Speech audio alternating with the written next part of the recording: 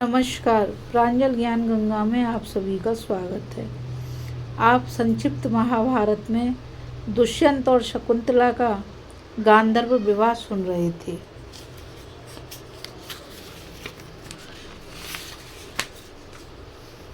अब आगे की कथा में आप भरत का जन्म दुष्यंत के द्वारा, उसकी स्वीकृति और राज्याभिषेक की कथा सुनेंगे। तो चलिए कथा शुरू करते हैं। वैशंपायन जी कहते हैं, जन्मेजय समय पर शकुंतला के गर्भ से पुत्र हुआ। वह अत्यंत सुंदर और बचपन में ही बड़ा बलिष्ठ था। महर्षि कण्व ने विधि पूर्वक उसके जात कर्म आदि संस्कार किए। उस शिशु के दांत सफेद सफेद और बड़े नुकीले थे। कंधे सिंह केसे थे। दोनों हाथों में चक्र का चिन्ह था तथा सिर बड़ा और ललाट ऊंचा था। वह ऐसा जान पड़ता था मानो कोई देव कुमार हो। वह 6 वर्ष की अवस्था में ही सिंह, बाघ, सूकर और हाथियों को आश्रम के वृक्षों से बांध देता था। कभी उन पर चढ़ता, कभी डांटता, कभी उनके साथ खेलता और दौड़ लगाता। आश्रम वासियों ने उसके द्वारा समस्त जंतुओं का दमन होते देख उसका नाम सर्वदमन रख दिया।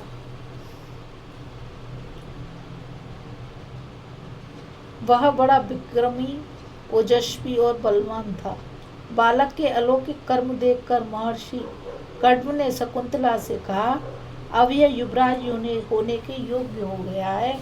फिर उन्होंने अपने शिष्यों को आज्ञा दी कि शकुंतला को पुत्र के साथ उसके पति के घर पहुंचाओ। कन्या का बहुत दिनों तक मायके में रहना कीर्ति, चरित्र और धर्म का घातक है। शिष्यों ने आज्ञा अनुसार शकुंतला और सर्वदमन को लेकर हस्तिनापुर की यात्रा की। सूचना और स्वीकृति के बाद शकुंतला राज्यसभा में गई। अब ऋषि के शिष्य लौट गए। शकुंतला ने सम्मान पूर्वक निवेदन किया कि राजन, यह आपका पुत्र है, अब इसे आप युवराज बनाइए। इस देवतुल्य कुमार के संबंध में आप अपनी प्रतिज्ञा पूरी कीजिए। शकुंतला की बात सुनकर दुष्यंत ने कहा, अरे दुष्ट तापसी, तू किसकी पत्नी है? मुझे तो कुछ भी स्मरण नहीं। तेरे साथ धर्म, अर्थ और काम का कोई भी मेरा संबंध नहीं है। तू जा, ठहरा, अथवा जो तेरी मौज में आवे कर। दुष्यंत की बात सुनकर तपस्विनी शकुंतला बेहोश सी हो गई। खम्भे की तरह निश्चल भाव से खड़ी रह गई। उसकी आंखें लाल हो गईं, होठ फड़कने लगे और वह दृष्टि टेढ़ी करके दुष्यंत की ओर देखने लगी। थोड़ी देर ठहर कर दुख और क्रोध से भरी शकुंतला दुष्यंत से बोली, महाराज, आप जानबूझकर ऐसा क्यों कर रहे हैं कि मैं नहीं जानता? ऐसी बात तो नीच मनुष्य कहते हैं। आपका हृदय इस बात का साक्षी है कि झूठ क्या है और सच क्या है। आप अपनी आत्मा का तिरस्कार मत कीजिए। हृदय पे हाथ रखकर सही सही कहिए। आपका हृदय कुछ और कह रहा है और आप कुछ और। यह तो बहुत बड़ा पाप है। आप ऐसा समझ रहे हैं कि उस समय मैं अकेला था, कोई गवाह नहीं था, परंतु आपको पता नहीं कि परमात्मा सबके हृदय में बैठा है। वह सबके पाप पुण्य जानता है और आप ठीक उसी के पास बैठकर पाप कर रहे हैं। पाप करके यह समझना कि मुझे कोई नहीं देख रहा है, घोर अज्ञान है। देवता और अंतर्यामी परमात्मा भी इन बातों को देखता है और जानता है। सूर्य, चंद्रमा, वायु, अग्नि, अंतरिक्ष, पृथ्वी, जल, हृदय, यमराज, दिन रात, संध्या, धर्म, ये सभी मनुष्य के शुभ अशुभ कर्मों को जानते हैं। जिस पर हृदय स्थित कर्म साक्षी क्षेत्रज्ञ परमात्मा संतुष्ट रहते हैं। यमराज उनके पापों को स्वयं नष्ट कर देते हैं। परंतु जिस पर अंतर्यामी संतुष्ट नहीं, यमराज उसके पापों का दंड देते हैं। जो स्वयं अपनी आत्मा का तिरस्कार करके कुछ का कुछ कर बैठता है, देवता भी उसकी सहायता नहीं करते, क्योंकि वह स्वयं भी अपनी सहायता नहीं करता। मैं स्वयं आपके पास आई हूँ, ऐसा समझकर आप मुझ पतिव्रता का तिरस्कार न करिए। देखिए, आप अपनी आदरणीय पत्नी का तिरस्कार कर रहे हैं। आप भरी सभा में साधारण पुरुष के समान मेरा तिरस्कार कर रहे हैं। क्या मैं जंगल में रो रही हूँ? सुनाई नहीं पड़ता? मैं कह देती हूँ कि यदि आप मेरी उचित याचना पर ध्यान नहीं देंगे तो आपके सिर के सैकड़ों टुकड़े हो जाएंगे। पत्नी के द्वारा पुत्र के रूप में स्वयं पति का ही जन्म होता है। पत्नी के द्वारा पुत्र के रूप में स्वयं पति का ही जन्म होता है। इसलिए प्राचीन विद्वानों ने पत्नी को जाया कहा है। सदाचार संपन्न पुरुषों की संतान पूर्वजों को और पिता को भी ताड़ देती हैं। इसी से संतान का नाम पुत्र है। पुत्र से स्वर्ग और पौत्र से उसकी अनन्यता प्राप्त होती है व पौत्र से बहुत सी पीढ़ियां तर जाती हैं। पत्नी उसे कहा जाता है जो घर के काम काज में चतुर हो, पुत्रवती हो और पति को प्राण के समान मानती हो और सच्ची पतिव्रता हो। पत्नी पति का अर्धांग है, उसका एक श्रेष्ठतम सखा है। पत्नी के द्वारा अर्थ धर्म काम की सिद्धि होती है और मोक्ष के पथ पर अग्रसर होने में उससे बड़ी सहायता मिलती है। पत्नी की सहायता से ही श्रेष्ठ कर्म होते हैं, गृहस्थी बनती है, सुख मिलता है और लक्ष्मी की प्राप्ति होती है। पत्नी ही एकांत में मधुरभाषी सखा, धर्मकार में पिता और दुख पड़ने पर माता का काम करती है। बटोहियों के लिए घोर से घोर जंगल में भी पत्नी विश्राम स्थान है। व्यवहार में लोग सपत्नी का विशेष विश्वास करते हैं। घोर विपत्ति के समय और मरने पर भी पत्नी ही अपने पति का अनुगमन करती है।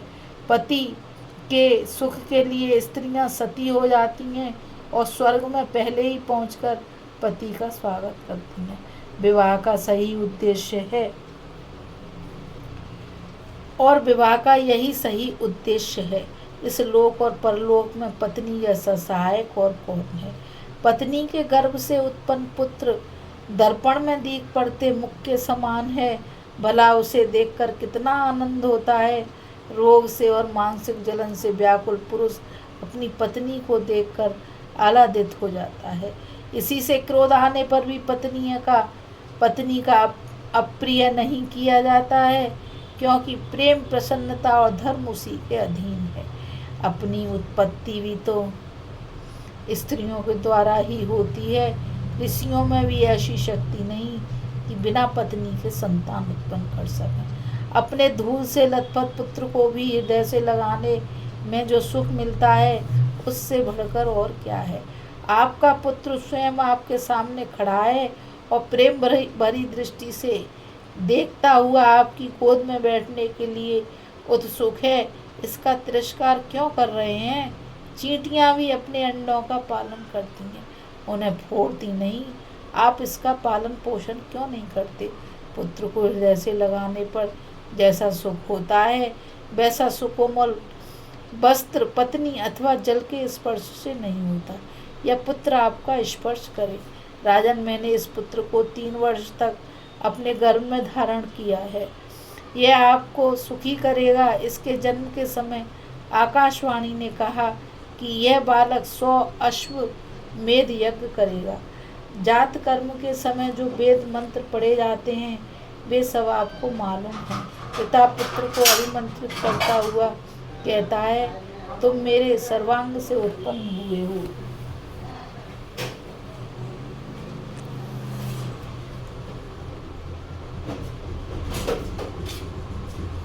तुम मेरे हृदय की निधि हो। मेरा अपना ही नाम है पुत्र। बेटा, तुम 100 वर्ष तक जियो। मेरा जीवन और आगे की वंश परंपरा तुम्हारे अधीन है, इसलिए तुम सुखी रहकर 100 वर्ष तक जियो। यह बालक आपके अंग से ही, आपके हृदय से ही उत्पन्न हुआ है। आप क्यों नहीं अपने को इसके रूप में मूर्तिमान देखते? मैं मेनका की कन्या हूँ। अवश्य ही मैंने पूर्व जन्म में कोई पाप किया होगा जिससे बचपन में मेरी माँ ने मुझे छोड़ दिया, और अब आप छोड़ रहे हैं। आपकी ऐसी ही इच्छा है तो मुझे भले ही छोड़ दीजिए, मैं अपने आश्रम पर चली जाऊंगी, परंतु यह आपका पुत्र है, इस बच्चे को मत छोड़िए। दुष्यंत ने कहा, शकुंतले, मुझे मालूम नहीं कि मैंने तुमसे पुत्र उत्पन्न किया है। स्त्रियां तो प्राय झूठ बोलती ही हैं। मैं तुम्हारी बात पर भला कौन विश्वास करेगा? तुम्हारी एक भी बात विश्वास करने योग्य नहीं है। मेरे सामने इतनी डिटाई, कहाँ महर्षि विश्वामित्र, कहाँ मेनका और कहाँ तेरे जैसी साधारण नारी। चली जाए यहाँ से, इतने थोड़े दिनों में भला यह बालक शाल के वृक्ष जैसा कैसे हो सकता है? जा जा, चली जा। शकुंतला ने कहा, राजन, कपट ना करो, सत्य सहस्त्रों अश्वमेध से भी श्रेष्ठ है। सारे वेदों को पढ़ लो और सारे तीर्थों में स्नान कर लो, फिर भी सत्य उनसे बढ़कर है। सत्य से बढ़कर धर्म नहीं है, सत्य से बढ़कर कुछ है ही नहीं, झूठ से बढ़कर निंदनीय भी कुछ नहीं है। सत्य स्वयं पर ब्रह्म परमात्मा है, सत्य ही सर्वश्रेष्ठ प्रतिज्ञा है। तुम अपनी प्रतिज्ञा मत तोड़ो, सत्य सर्वदा तुम्हारे साथ रहे। यदि झूठ से ही तुम्हारा प्रेम है और मेरी बात पर विश्वास नहीं करते हो तो मैं स्वयं चली जाऊंगी। मैं झूठे के साथ रहना भी नहीं चाहती। राजन, मैं कह देती हूँ कि चाहे तुम इस लड़के को अपनाओ या नहीं, मेरा यह पुत्र ही सारी पृथ्वी का शासन करेगा। इतना कहकर शकुंतला वहां से चल पड़ी। इसी समय ऋत्विज पुरोहित, आचार्य और मंत्रियों के साथ बैठे हुए दुष्यंत को संबोधित करके आकाशवाणी ने कहा, माता तो केवल भांति धोकनी के समान है। पुत्र पिता का ही होता है, क्योंकि पिता ही पुत्र के रूप में उत्पन्न होता है। तुम पुत्र का पालन पोषण करो, शकुंतला का अपमान मत करो। अपना औरस पुत्र यमराज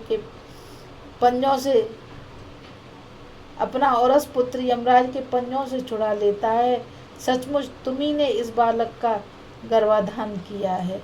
शकुंतला की बात सर्वथा सत्य है, तुम्हें हमारी आज्ञा मानकर ऐसा करना ही चाहिए।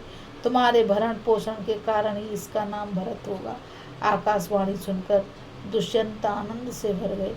उन्होंने पुरोहित और मंत्रियों से कहा, आप लोग अपने कानों से देवताओं की वाणी सुन लें। मैं भी ठीक ठीक यही जानता और समझता हूँ कि यह मेरा पुत्र है। यदि मैं केवल शकुंतला के कहने से ही इसे स्वीकार कर लेता तो सारी प्रजा इस पर संदेह करती और इसका कलंक नहीं छूट पाता। इसी उद्देश्य से प्रेरित होकर मैंने ऐसा दुर्भाव किया था। अब उन्होंने बच्चे को स्वीकार किया और उसके संस्कार कराए। उन्होंने अपने पुत्र का सिर चूमकर उसे छाती से लगा दिया। चारों ओर आनंद की नदी उमड़ आई, जय जयकार होने लगी। दुष्यंत ने धर्म के अनुसार अपनी पत्नी का सत्कार किया और सांत्वना देते हुए कहा, देवी, मैंने तुम्हारे साथ जो संबंध किया था वह किसी को मालूम नहीं था। अब सब लोग तुम्हें रानी के रूप में स्वीकार कर लें, इसलिए मैंने यह क्रूरता की थी।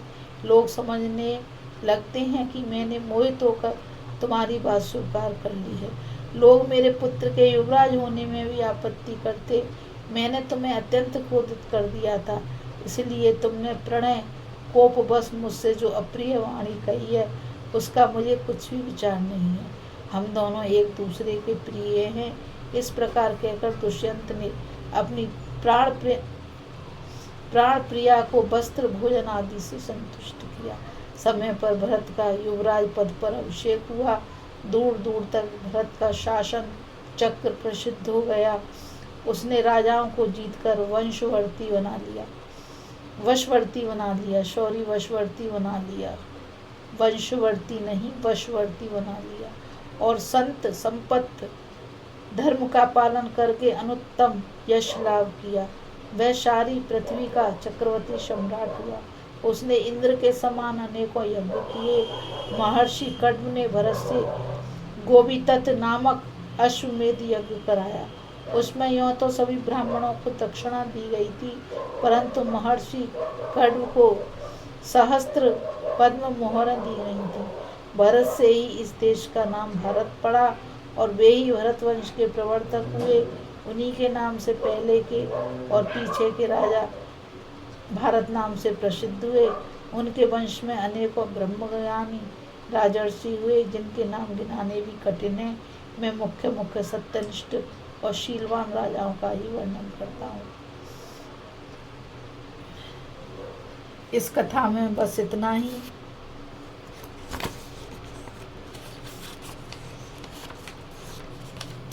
अभी हम संक्षिप्त महाभारत में भरत का जन्म, दुष्यंत के द्वारा उसकी शुभकीर्ति और राज्याभिषेक की कथा पढ़ रहे थे। अब हम आगे दक्ष प्रजापति से अयाति तक वंश वर्णन पढ़ेंगे। तो इस कथा को आज यहीं विश्राम देते हैं। राधे राधे, जय श्री कृष्णा। अब मैं आप सभी से यही कहना चाहूँगी कि पहली बात तो इस कथा को आप ध्यान से सुनिएगा, क्योंकि अभी तो इसमें वंशावली आ रही है, तो आपको भी ऐसा लगेगा कि कथा थोड़ी मतलब धीरे गति से चल रही है, लेकिन ये वंशावलियों के बाद आगे कथा जैसे जैसे चलेगी तैसे तैसे आपके सामने ज्ञान का भंडार खुलेगा। पहले वंशावली और ये सब चीज़ भी समझना जरूरी है, क्योंकि जब ही हम आगे कथा में कौन क्या है उस चीज़ को समझ पाएंगे। तो अब गीता रावत को आज्ञा दीजिए। आज बस इतना ही। नमस्कार। और मैं आप सबसे यही कहूँगी कि इस चैनल को ज़्यादा से ज़्यादा लाइक, शेयर और सब्सक्राइब कीजिए, ताकि यह अमूल्य निधि, अमूल्य ज्ञान अधिक से अधिक लोगों तक पहुँच सके। राधे राधे, जय श्री कृष्ण।